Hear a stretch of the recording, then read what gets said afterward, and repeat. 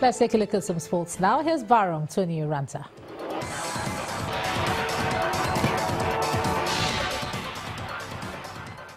Thank you, Jomo, and welcome to Sports News.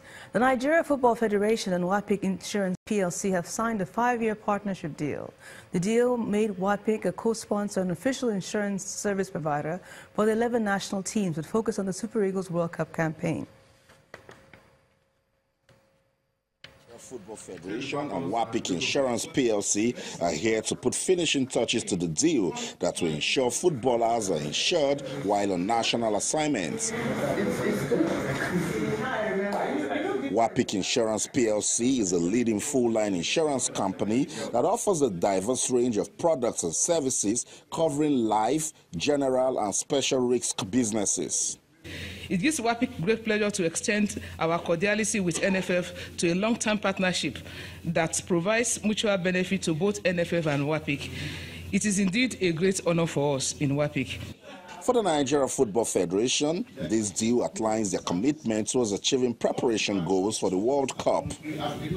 Not just the Super Eagles, not just the Super Falcons, but every team of under the Nigerian Football Federation.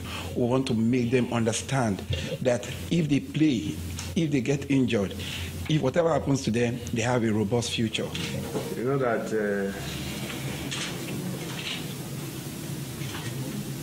in those days, Bender used to host the core of... For those who don't know, Mr. Mopi. Are you okay?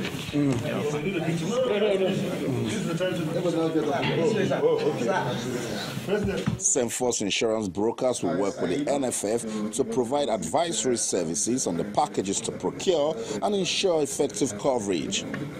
And to direct the NFF on the best policies that could be taken out to make sure we have the best protection and the best insurance, especially, as the President said, for our players. In fact, we've dedicated a few of our staff to the NFF. So anytime you need our service, 24 hours will be readily available. The Nigeria Football Federation believes partnering with a strong brand like WAPIC will bring about a wide range of supports, including financial, emotional, and psychological. Ultimately, players will understand that with insurance, they have a beautiful and secured future.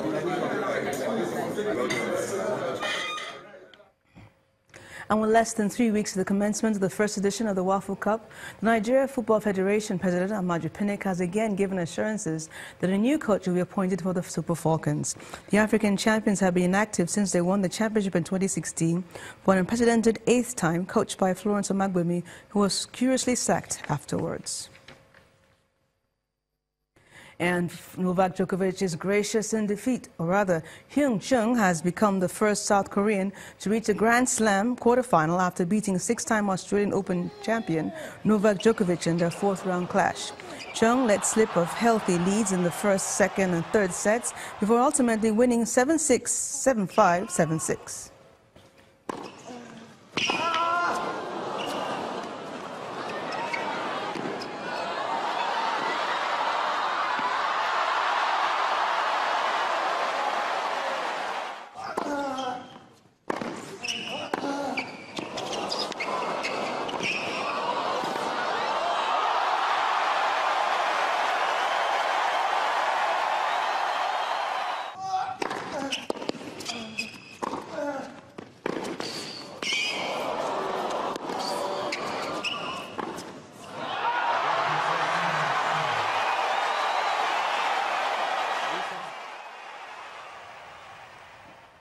And with Chung's surprising win over Djokovic, we end on Sports for tonight. I'm Barong Tony Uranta, and I'm Ijama. We're back with the wrap. Thanks, Barong. George Weah has been sworn in as the new president of Liberia. At the Samuel Doe Stadium in the capital, Monrovia, Mr. Weah began his presidency with a rousing call to all Liberians, promising to do more than his share in advancing the country. However, he warned that he cannot do it alone. President Weah also used his inauguration speech to praise Liberia's strong ties with countries like the US and China, stressing their importance in helping reach the country's full potential. He also spoke of the European Union, telling tens of thousands who had gathered to watch him become president today that Europe would always have a special place in his heart. It's a gathering that has brought together a huge portion of Liberia's 4.6 million population. They are here to usher in their new president, who has a grass-to-grace tale from being a commoner to a world-best footballer and now the country's president. George Weah is the first footballer in history to lead a country. He arrives at the Samuel Doe Stadium in Monrovia amid cheers, pomp and circumstance to a waiting crowd, which includes Nigeria's former president Olusegun Obasanjo, the country's outgoing president Ellen Johnson Sirleaf and other African leaders.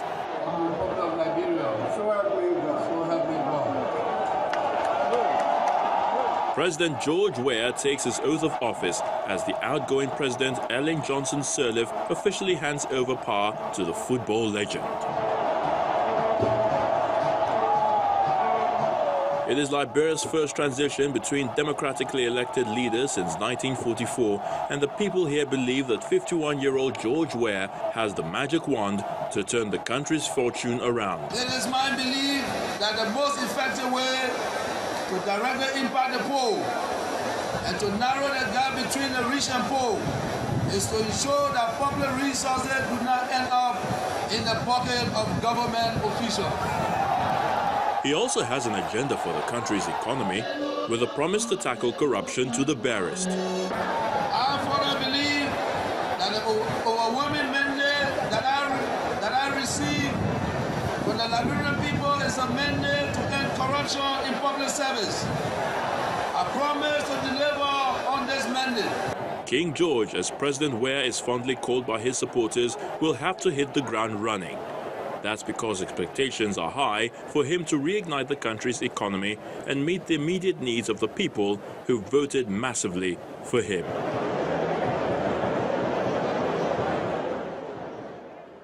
And the main news again. President Muhammadu Buhari today restated his commitments to delivering on his electoral promises on security, tackling corruption and repositioning the economy. The president gave this assurance when the delegation from the National Economic Summit Group visited him at the State House in Abuja. Also today, experts brainstormed on ways to deal with violent extremism in Nigeria at the Oluyemi Adeniji Foundation Symposium in Lagos. And former football star George Weah today took oath of office as Liberia's president, vowing to transform the lives of the country's citizens. And that's the news at 10 tonight. Thanks so much for staying with us. I'm Ijoma Onyato. Do have a good night.